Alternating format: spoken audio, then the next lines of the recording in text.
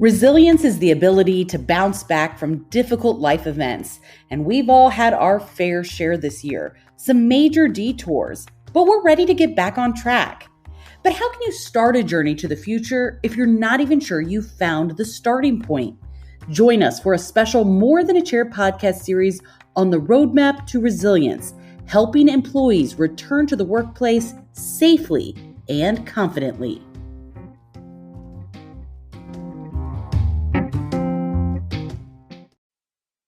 Welcome to the More Than a Chair podcast by Business Furniture and Choreo. I'm Amanda Clark, and this is our special series on the roadmap to resilience. And today we're talking all about the topic, is company culture a lost destination? We have with us some really great guests to dive into this topic today. Susan Juvet, Strategy Director and Senior Associate at Gensler, a global architecture, design, and planning firm, is with us. Now, Gensler designers, they strive to make the places people live, work, and play more inspiring, more resilient, and more impactful. So we know a lot about that, which is why we also have with us CEO of Business Furniture and Choreo, Beth Oaks. So ladies, I'm so happy to have you here with us today. Thank you. Likewise. Thank you for having me. Susan, we just have so many questions for you, and we're just excited to hear your thoughts. What do you think, what are the conversations you're having right now with clients and at Gensler about workplace culture and just how remote we feel and disconnected right now? Tell us kind of what you're hearing. What's the word on the street? Absolutely. It's, really important. Workplace culture is one of the kind of preeminent factors that defines how you feel at work, how you feel about your work itself, how you feel at the end of the day, and also informs, the behaviors and norms that you show up with in how you work with your colleagues. So it's certainly a factor that, is still at play regardless of us being remote. Workplace culture we've seen with our clients is certainly morphing right now because we're all learning collectively how to interact in this virtual environment, how to treat each other, how to lead, in the face of a crisis. It's all of these factors that are really changing and shifting how we understand workplace culture and the experience we all have of work itself. And some of the things that, we've been hearing is that working from home was kind of the big scary thing that was really impeding a lot of decision making of should we go remote, should we not, in the years leading up to the global pandemic. And then all of a sudden we didn't have a choice, right? And so, we want to get back to our workplaces and our offices because that's really where the workplace culture can come to life. However, there are certainly things that we can do now in the virtual environment to inform and shift our behaviors to maintain that positive workplace culture. Yeah. Beth, I know you have a lot of questions and thoughts about this. What do you think kind of the role of leadership is as a CEO in maintaining that strong workplace culture? And I'm sure you're going to want to hear Susan's feedback as well, but as a leader. Well, Susan, I love how you said it's all morphing because I believe that is so true right now. And it's been great that workplace culture has been such a focus for organizations. I love that. I'm a big believer in culture. I feel like for many years, culture was something kind of warm and fuzzy, and it really didn't really directly impact your business. And I'm a big believer that, really spaces shape behaviors, behaviors shape your culture, and then culture is really what drives your business, results. So I'm a big believer, and it sounds like I know you are too. And so I think that, I really just think we have to be very intentional to make sure that our workplaces are strong. I do think that, it's wonderful when we can all be together, and that's a great way to focus on culture. But right now, that's not an option. So I do think we have to be very intentional. And I think it really does start with leaders and leadership teams to really create that vision for what they want the culture to be. And how do you maintain that? And I think it's a lot of intention.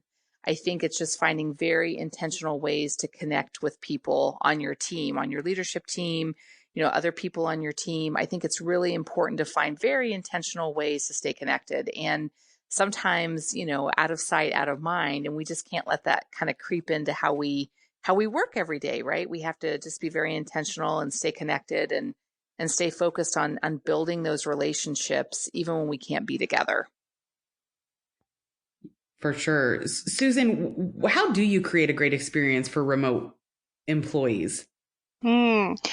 What a big question. It's a great one though, because, I think going back to this notion of we're all learning together right now of how do we make that experience wonderful and great. I also wanted to just touch upon kind of what Mary Beth you said about leadership. One of the things that we found is that workplace culture itself, it's formed and it's maintained with or without leadership involvement. However, that does not mean it should ever be left to chance. It's something that's critical for leadership, as you said, to show their intention and show how committed they are.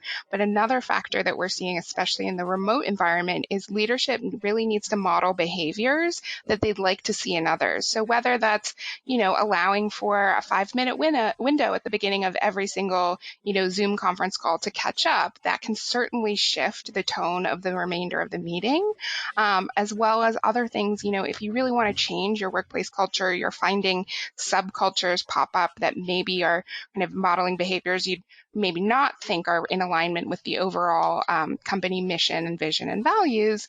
That desire to change requires leadership attention and a visible focus and investment.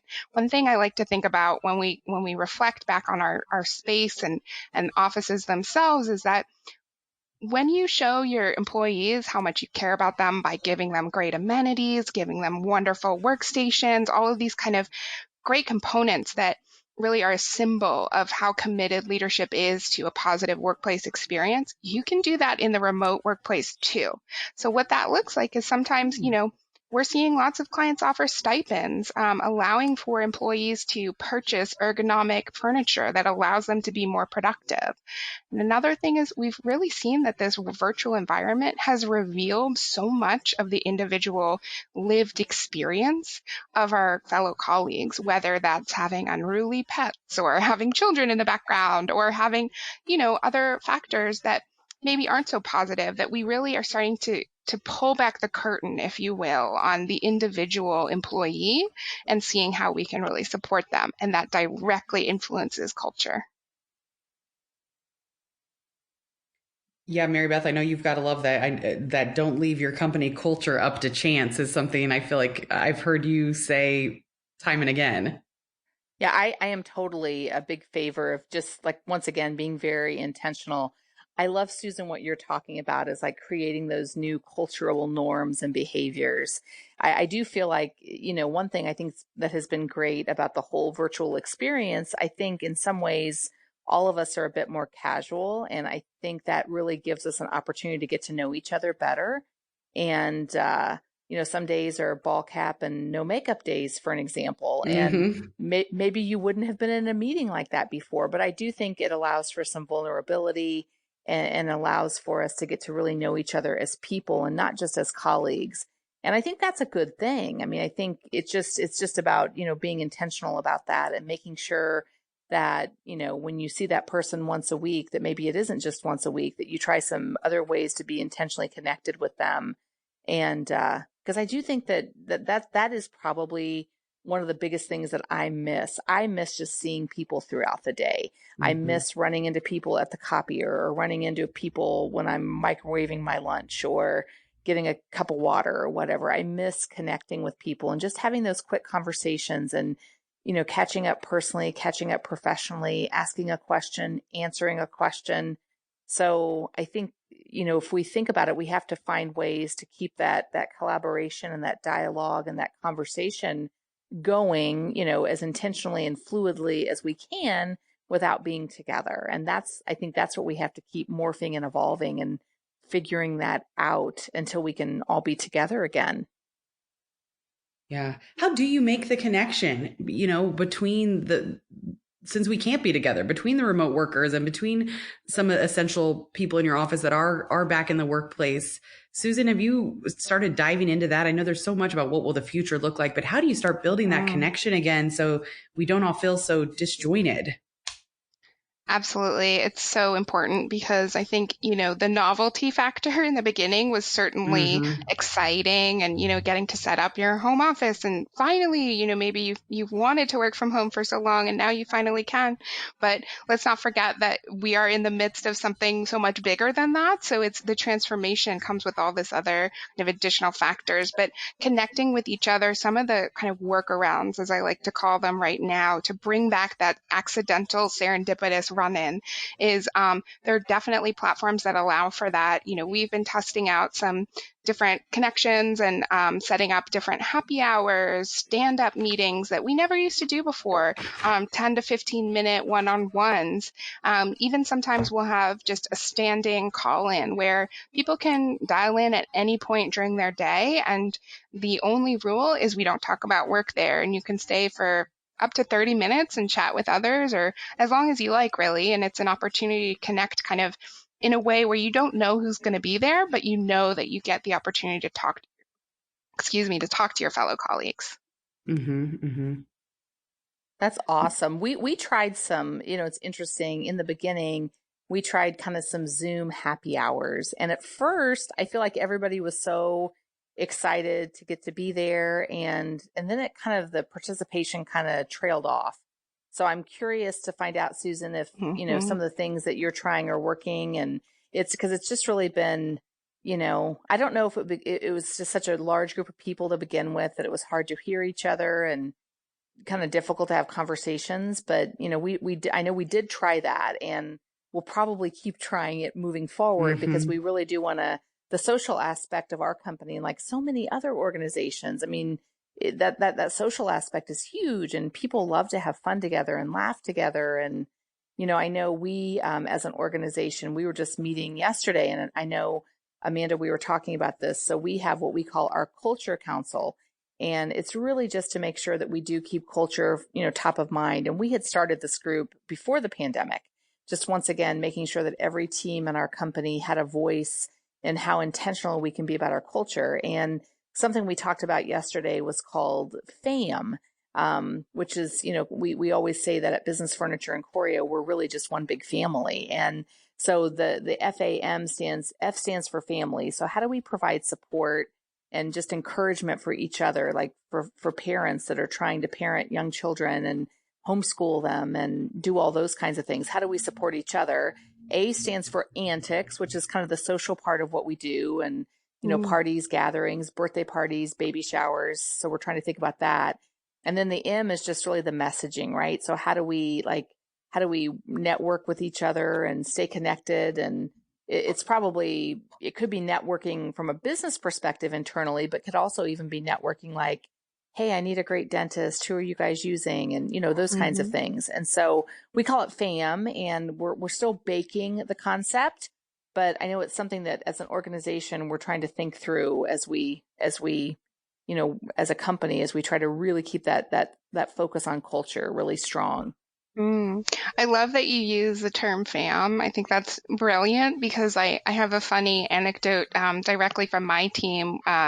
We're always testing and trying new platforms and ways of connecting. But what we've started to do is this thing called a woof, which Mm. WUF stands for What's Up, Fam? And essentially, Oh. if somebody messages you, woof, question mark, they'd like to chat with you in a casual fashion as soon as you're available. And it's That just is allowed so for a fun. code. Yeah. So it's allowed for a little bit of a insider code so we know, oh, my colleague Chloe, she'd like to woof. I'm going to just take the next 15 minutes and chat with her and see what's going on. And it may be work related and it might not be, but it allows for that because one of the things that we certainly miss in our workplace is that kind of, I used to wander over to one of my team members' desks and ask them, oh, how's it going? How are you doing on the project? Do you need anything? And the like. And I can't do that anymore. And that's really hard. And so when now it's sort of on the individual to express their needs and say, hey, I'd really like 15 minutes of your time. Do you think you could spare it? That can be a hard ask, especially for a junior employee who's maybe not used to asking for that attention and leadership engagement. So we've just created that way so that it's much more human and making sure that it's it's okay to be human. It's not, we don't have to be professional 100% of the time now, because in the office, sure, I used to maybe have a cup of coffee with somebody and we'd talk about what they did on the weekend. And that's not necessarily directly related to work, but it was an important part of the experience of working together. That's a good Yeah. point, Susan. And I guess, Susan, one question I have, like, as I think about Gensler as an organization, I mean, you all are a very large global organization with multiple offices around the world. And so I guess my question for you is, so as you enter into this time where things are much more virtual, how are you supporting onboarding? So you have a new team member and they're new to your company. So how are you trying to think about that experience differently at this point? Yeah, it's hard because we've actually had people, some people join during this time, and I always wonder how different their experience really is from mine when I was onboarded into the company and understanding the culture. But some of the things that we're really focusing on is that the culture itself is directly informed by the overall organizational design. And so little cues come about in how you address each other, how you talk to your boss, how you sign off your emails. All of these things are really influential despite working remotely, and even more so because we're in such a virtual written environment. You kind of see everything all at once. So the ways that we're really making sure we're connecting and bringing people aboard is allowing for those coffee hours, allowing for time to interact with each other, and really promoting it. And when we think about it, the culture itself is not, the mission posted on the wall. It's not the values or principles, hanging in the conference room. And it's not even the break room birthday party or the monthly pizza party, if you will. It's this highly complex factor of workplace experience that all these things come together to inform the culture. And those things remain in the virtual environment. So bringing about how can we do those things virtually? And some of the other things we've tested are just different platforms that allow for kind of possibly even a gaming platform where you can start to be closer together, have conversations in smaller groups. So you're not hearing everybody all at once, like the Zoom happy hour fatigue that comes about, and the like. So there are different things that we're trying, but there's no one size fits all. Well, I like the ideas that you're exploring. I mean, I think that's really exciting. And, when we think about like kind of blending together that remote worker experience, right now that we're having, and then we start to think ahead to like what happens when we all do start to return to work, safely and confidently. What do you think like the purpose of the workplace will be in the future, especially as it relates our culture? Like how will it be different than do you think it was before the pandemic? Like the actual Mhm. workplace.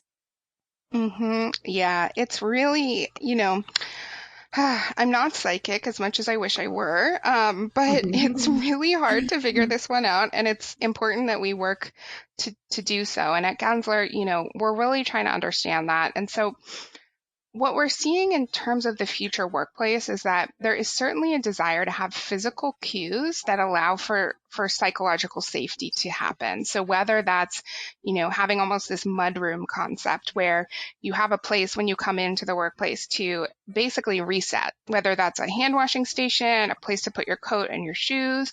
We don't know how far we're going to need to go for how long on the front of keeping everything sanitized and safe in the face of COVID-19. But we do know that not everybody is going to feel safe coming back at the same time. So starting to think about ways we can provide for that feeling of psychological safety and ensuring people can feel ready to come back and know that the workplace is protecting them. So that's one kind of big physical shift we're seeing. Mhm. Another thing is really that, densification itself, I think for the last, I don't know, maybe 10, 15 years has been really kind of increasing overall, wanting to fit more and more people, making sure that individuals can kind of come and go as they need to, or plug in or hotel, if you will, at certain desks and share them. The space itself, the physicality, I don't think it's going to change just as much as the behaviors will.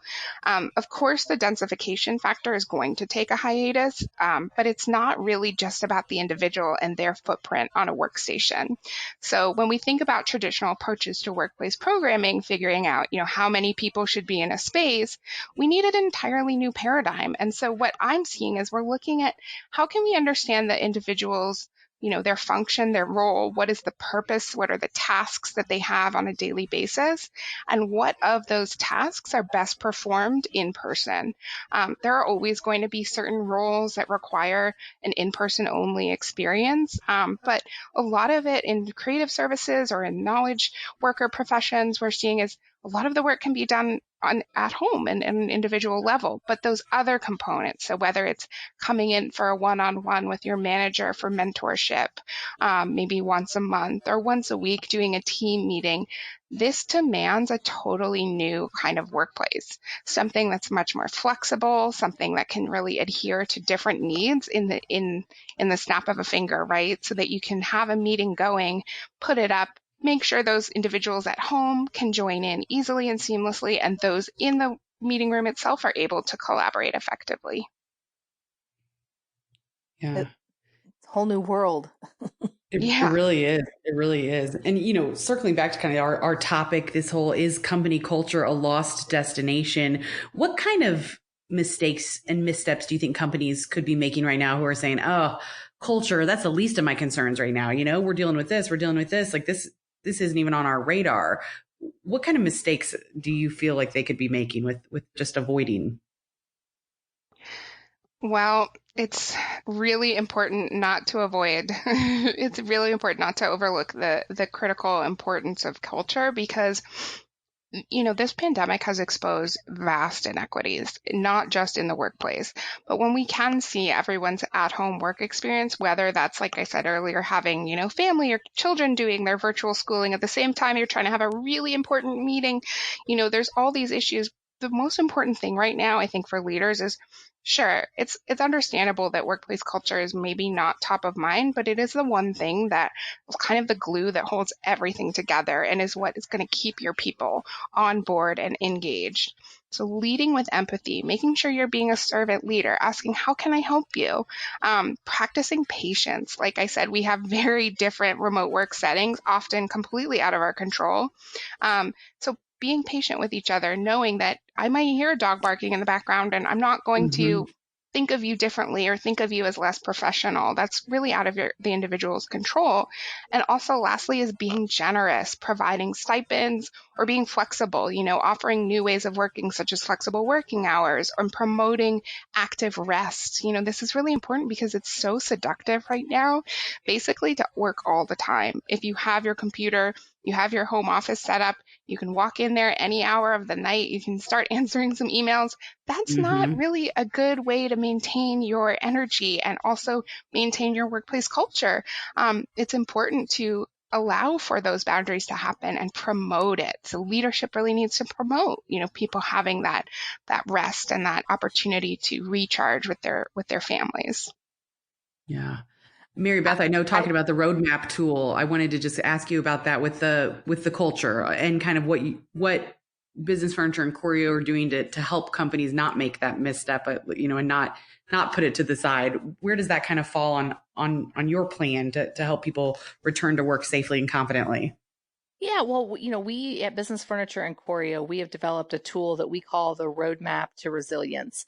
And, resilience is really what we kind of view as, an organization's ability to bounce back and to evolve and to adapt and to move forward. And to Susan's point, it's even something like, revamping your workplace so that it really does support the type of work that needs to occur. And it also supports the kind of connections that your team members want to make with each other. I really do, once again, think that I really am a firm believer that space shapes those behaviors and the behavior shapes the results of your company. And so culture is more important now than ever, right? Because employees want to feel engaged and empowered, and they want to feel like they're working in an organization where there is a vision and there is a purpose. So really this roadmap is a multiple set of touch points that often do involve culture. Like I know the first part of that touch point is that assessment piece, really trying to understand how are your employees doing? Like what's working well, what's not working well? And then thinking about the space, how the space can support what they need. And then thinking about how do you prepare them to come back to the workplace safely and confidently? How do you support them? And how do you make sure that, what your previous culture was really is evolving to what it needs to be now? And it goes back to what Susan was saying too. It really, your culture can just happen. But I've always felt that a better solution is to be too intentional on what you want that culture to be, and to lead with those behaviors, and to give the employees the opportunity to have a voice in that, but to make sure you're, really thinking about that very strategically. And, that's why we like that roadmap tool, because we can really meet people where they are. I think that also ties in with what Susan said about meeting people where they are, right? Mm-hmm. I mean, right now we can't, there's so many things that are out of our control.